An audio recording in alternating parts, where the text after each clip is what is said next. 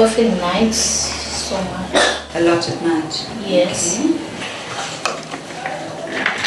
Of course, those with respiratory infections, a lot of them have TB or are exposed to TB, so that's a very important part of the diagnosis. Because children are not nearly as easy as adults. Adults, they cough and you can examine their sputum. Children swallow their sputum, and anyway, even if they do cough, not as many of them are sputum positive.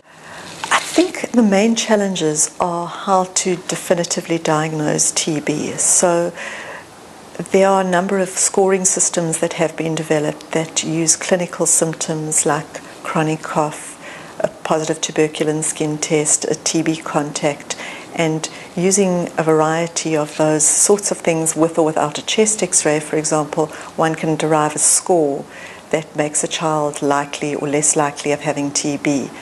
However, if you look at the literature on how these scoring systems perform, so if you look at these scoring systems and see, well, how many were correct in diagnosing TB, there's huge variability. And this is even more so in the era of HIV, because the signs and symptoms of TB are not really specific for TB. You know, a cough, loss of weight, those sorts of symptoms happen in other diseases, particularly in HIV-associated respiratory diseases. In addition, things like the tuberculin skin test are fraught with difficulty. They must be properly done, they must be properly interpreted, and the skin test performs poorly in children who are malnourished and in HIV-infected children. So the X-ray is helpful, but again is subject to a lot of variability and to a lot of variability in interpretation. What's important is that if you look at children who have culture-confirmed TB and are hospitalized, in fact, up to 50% are discharged from hospital without being treated for TB. And why is that? It's because culture results take around 4 weeks. So the status quo before was children were basically diagnosed with TB using clinical and radiological criteria.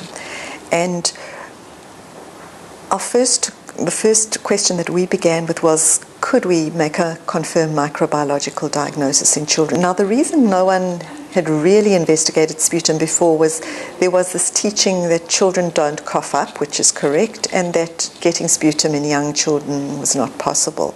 And that's why gastric lavage was the standard of care in hospitalized children.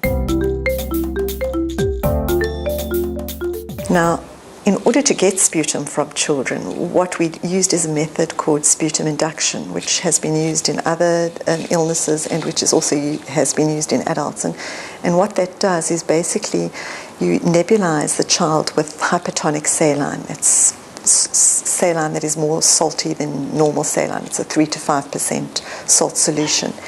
And that induces a lot of cough in the child and also hydrates the secretions so that the lower respiratory secretions, the mucus sitting in the lungs, is moved up with that coughing.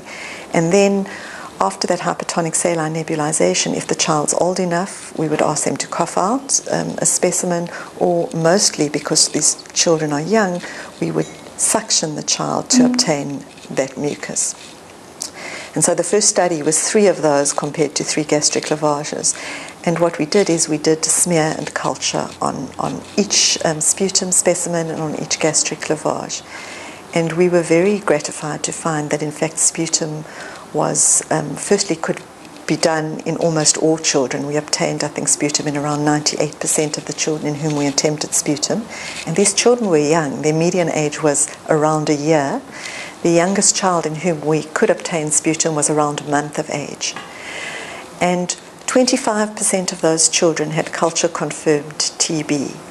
And in fact, the yield from 3 sputum was almost 3-fold higher than from 3 gastric lavages. And the yield from a single sputum was equivalent to 3 gastric lavages.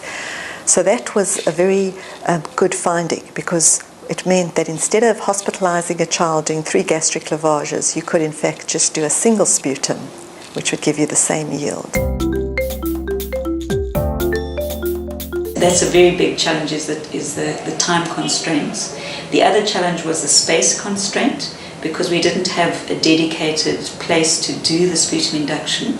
So we did it in the emergency room with the doors and windows open for good ventilation. Another important finding of the primary care study was that in fact 22% of children who would not have been clinically diagnosed with TB and were not put onto treatment by the treating doctor, in fact were put onto treatments once the culture results became positive. So the increase in diagnostic capacity was really considerable and led to a much improved treatment of children who would otherwise not have been treated. What's very exciting is the capacity for rapid diagnosis in terms of gene expert, and I think this really creates an imperative for us to get to do sputum in children. And we recently completed a study of sputum induction in children using gene expert culture and smear. And we again used two sputum specimens, and the reason we used two is your yield from a second sputum specimen is about a 15% incremental yield in terms of culture positivity.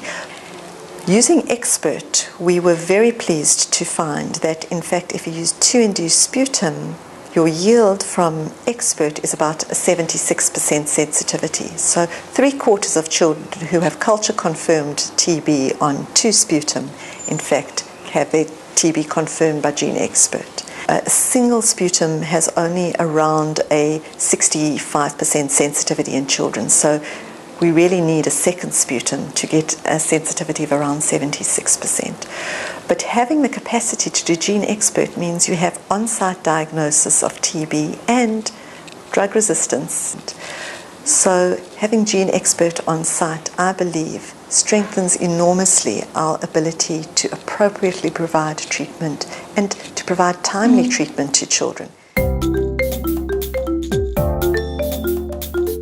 And the major side effects reported are increased cough, which is actually what one expects from the procedure, some bleeding from the nose, which is due to the suctioning, and some wheezing because of bronchoconstriction from the hypertonic saline. So what we actually do is we pre-treat children with a bronchodilator. So you can either give a short-acting beta-2 agonist via a pump with a spacer, or you can actually add it to the nebulizer when you nebulize with hypertonic saline.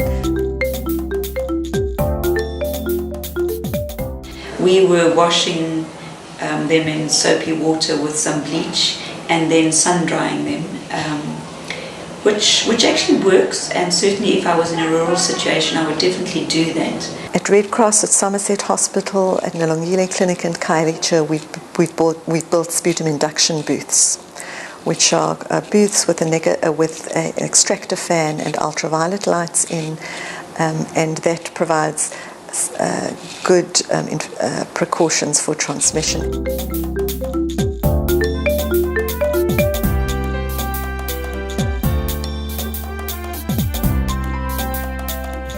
First message, sputum induction is possible in all aged children. There's no lower age limit, and in HIV-infected and uninfected children. Second message, sputum induction is very effective for diagnosing TB in children, especially with gene expert, and should be attempted at primary, secondary and tertiary level facilities. There is no level at which we should not be doing sputum induction. Third message, two sputum are necessary in children if we really want a good yield and really want to make maximal use of expert and culture technology.